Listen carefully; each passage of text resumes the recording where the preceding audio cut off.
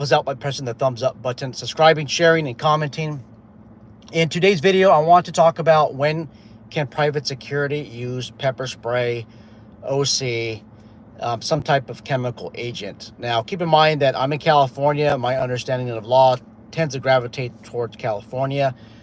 What I will say, though, is the rules, regulations, case law, they're pretty much the same across the board. It doesn't really matter where you're at. Anyhow, some of you carry pepper spray. If you don't, I think that should be a less lethal option on your belt, if you're able to fit that on your belt.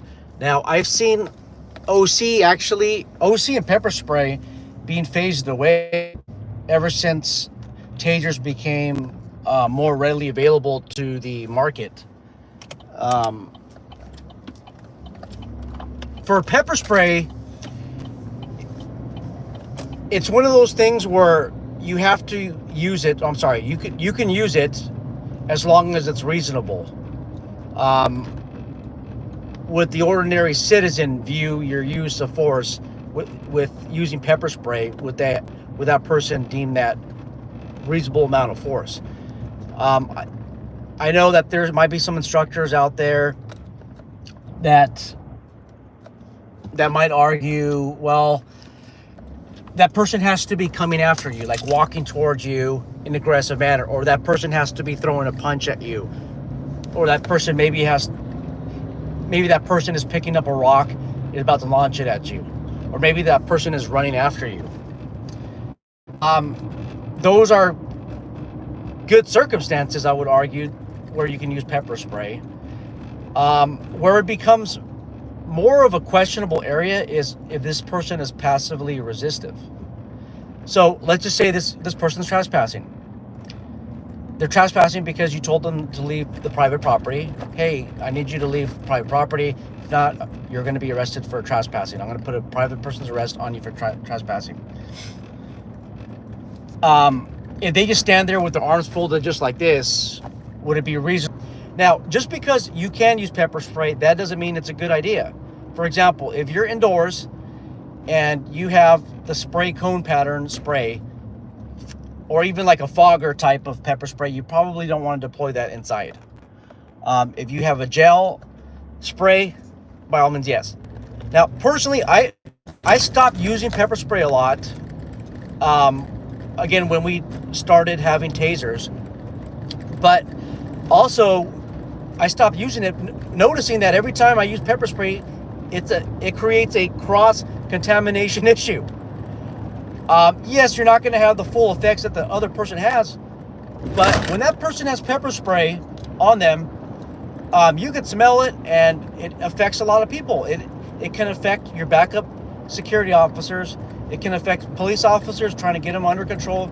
I mean, the worst thing to do is ever, for me as a backup officer, is backing up other officers, and then trying to put this guy's hands behind their back, and all of a sudden I get affected through cross-contamination.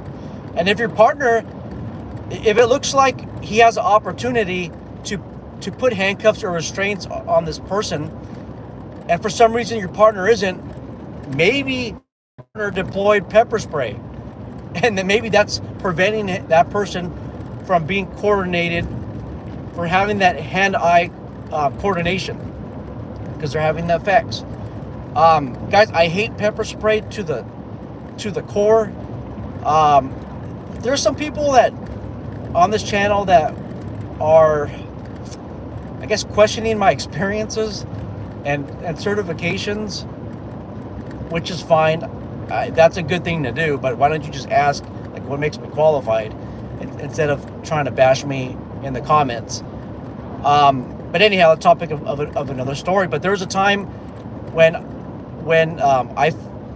I was faced with chemical agents in a training environment 3 times within like a 3 or 4 month period, and that was not fun. I took a 3-day chemical agent course, and that was not fun. And then I did some other tactical training that involved exposure to CS. The instructor level course was exposure to CS, OC, and then again, at another training academy, were exposed to the CS chambers, which again was not fun. It was not fun at all. Okay, now guys, one tip I have for you is be careful if you're going to carry the pepper spray that goes on the keychains. I used it as a thumbnail. It's the one where the lever, you go left or right. I think you go right, depending on the spray. You go right, and then you can go down. I've had that deploy in my pocket, in my pants pocket while I'm driving. And then one day I was feeling my leg hot. I'm like, what the hell is this? Like, did I keep my flashlight on? Like, those of you who have flashlight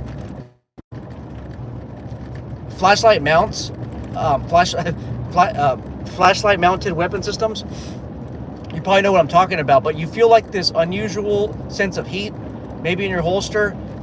Some of you carry flashlights in your pockets. Your leg gets hot, and I felt that feeling. I thought, oh man, I turned on my flashlight again. Well, lo and behold, I almost crashed because I pulled something out of my pocket, and it was the pepper spray. It was a pepper spray, and I accidentally deployed it. Again, that was not fun. So look, cross contamination, articulated. I mean, guys, it's pretty easy to articulate. If somebody's coming after you, they're running after you, they're walking towards you, they're about to throw a punch at you. They clench their fist right before they do that. They have some object that they're going to launch right at you. You're within your 7 to 10 feet, maybe even 15 feet, which is kind of pushing it. Those are kind of like obvious situations where you can use pepper spray, but what's not obvious is where they're just passive resistive, just sitting there or just standing there, not clenching their fists. They're just refusing to leave the property. Okay. There was a UC Berkeley, I think he was a sergeant, that got in trouble for this. You had a bunch of students protesting something, and they all formed this chain link with their elbows. Instead of using like pain compliance, like a wrist lock or something like that, or some other measure, maybe I would argue just CS gas at that point in time to disperse them, because during those years police were able to use CS gas in those circumstances, but not anymore. The laws changed, I think 2 years ago. You can't deploy it in those circumstances. This sergeant had his officers, and I think he himself deployed the fire extinguisher type of pepper spray, and there is a standoff distance, and he kind of went, so to speak, point blank right in the eyes of these students, and I think he caused some permanent damage with some of the students. Anyhow, some of them were injured. He didn't abide by the standoff distance. I don't know if that's why he was fired or not, but he didn't. I think the standoff distance was like 5 feet or 7 feet, but it wasn't point blank. It was very painful for the students. I understand, like, hey, you know what? You should have dispersed, but I think that there was other ways to unlock them. Again, whatever happened to wrist locks, joint control, pressure points, and at that point in time in history, CS. But that wasn't done. Okay. Again, that was guys in a passive resistant environment where the students are just sitting there and they're linked to each other. I'm sure you saw cops in the 90s, maybe in the 2000s, where someone's being passive resistive and they're just spraying them in order to get handcuffs on them. Again, you can do that, but you have to articulate why, and it has to be a damn good reason. And a lot of private security officers cannot articulate. A lot of police officers cannot articulate. So maybe, just maybe, you shouldn't use pepper spray in those circumstances. All right, guys. Let me go to the comments. Yeah, hey, Hamza, you got to watch your language, because if you say something that YouTube doesn't agree with, they're going to hide your comment. Security Body Cam Channel says, what's up? Legalize good morning. Hey, good morning. Security Body Channel says, those with the plastic container were my first I ever bought, and can't believe I ever did looking back, right? Gorilla, Gorilla Mo Entertainment. Hey boss, I'm from Texas and just got my CDL Class A. Do you know anyone with one, and what do they do? I don't know. Hey, maybe you guys can help us out.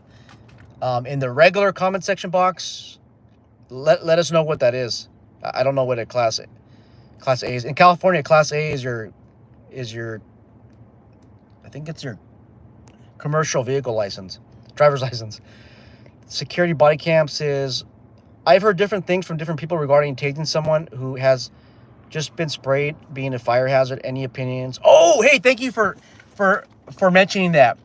So yes, there's been some people set on fire, themselves with hand sanitizer, um, with gasoline, and then you deploy a taser, it ignites. Um, Also, I'm sure that if you guys are on Amazon buying the cheap Chinese made pepper sprays, you have to be careful because some of them are, they're they're they're not fire resistant. What I'm saying is, if if there's a flame on it, on the spray, right? There's some type of electrical shock. You can actually ignite the person on fire after being pepper sprayed. So what you have to do, look at your pepper spray. Do it right now. Um, do it right now and see, does it say non-flammable? If it says non-flammable, then the manufacturer warranties that if you use pepper spray on somebody and if there's a type of like spark or something like that, or flame, that person who's covered in the product will not be covered in flames. That's basically what the warranty or the implied warranty states. Okay. Um, Guys up. How about using pepper spray to remove a tenant from, I don't know, an apartment, right? How about to remove a trespasser from a hotel room? Can you deploy pepper spray? It all depends. Once again, is this person being passive resistive? What are they doing? One of our subscribers who has since removed the video, I was watching a body camera video where this subscriber deployed pepper spray on this lady, um, and and actually a lot of subscribers send me emails about this issue. They send me the videos about it. They want to know what my opinion was, and I said it was absolutely justified. So what happened was, this person, it looked like she was going to grab a telephone. She grabbed the telephone cord portion of a phone in such a way that she was going to. It looked like she was going to swing it or strike the security officer. Guys, that's an excellent use of pepper spray. Now, I will tell you that there's a cross contamination issue. If you deploy that inside of a hotel room, or inside of a closing enclosure, you are going to be affected too. Okay, so that you got to really keep in mind. But I thought that was a good use of using pepper spray. Okay, and I would argue maybe even a taser.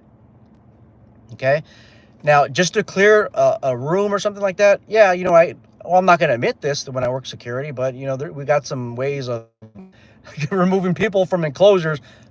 You can't do these things anymore. Not saying I've done these things before, but you can't just. You shouldn't just spray pepper spray into a hole that leads to an enclosure, knowing that there's somebody that's on the other side trespassing. I'm just saying you got to be careful when you do that. There might be an unattended person on the other side. Not a good idea. Okay. Now I do know that you can buy. It's a composure or mixture of CS and OC, and it's basically like a fogger. It's not an explosive. I think what causes the combustion is maybe it's encapsulated in a CO2 container, or actually actually that one it's just aerosol, and it just fogs the whole area. Can you use that to disperse a crowd? Um, you're gonna need a lot of training for that one. Like a lot of training. So maybe you work executive protection and there's a hostile crowd or let's just say there's a crowd that refuses to leave like a walkway area, and your executive can't leave. Can you deploy gas in the area? You got to be careful, man. I would definitely call law enforcement. If calling law enforcement is not an option, wait it out if you can. Because I'll tell you this: if you deploy that fogger in the crowd, if there's somebody that's not hostile, you just use excessive force on that person that's not hostile. What California did is it made law enforcement basically use a checklist of like 11 items before they use any chemical agent. And you have to orient or direct less lethal munitions, and that includes chemical agents, towards the aggressor. So when you have an aggressor and then you have non-aggressors, it's one of those iffy areas. You got to be careful. You have to know what you're doing, because I'm telling you that is excessive force. If you're deploying these chemical agents against somebody who is just the bystander there, and you're deploying these chemical agents, if there's wind or something like that, and it pushes the agent, the chemical agent, to maybe another part of the parking lot where you just have witnesses, you have news reporters, you just use excessive force against them.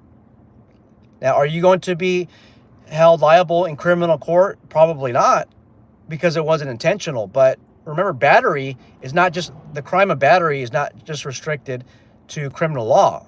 There's a civil tort in all states called battery. All right, Terry says, good morning. He says, you can neither confirm nor deny.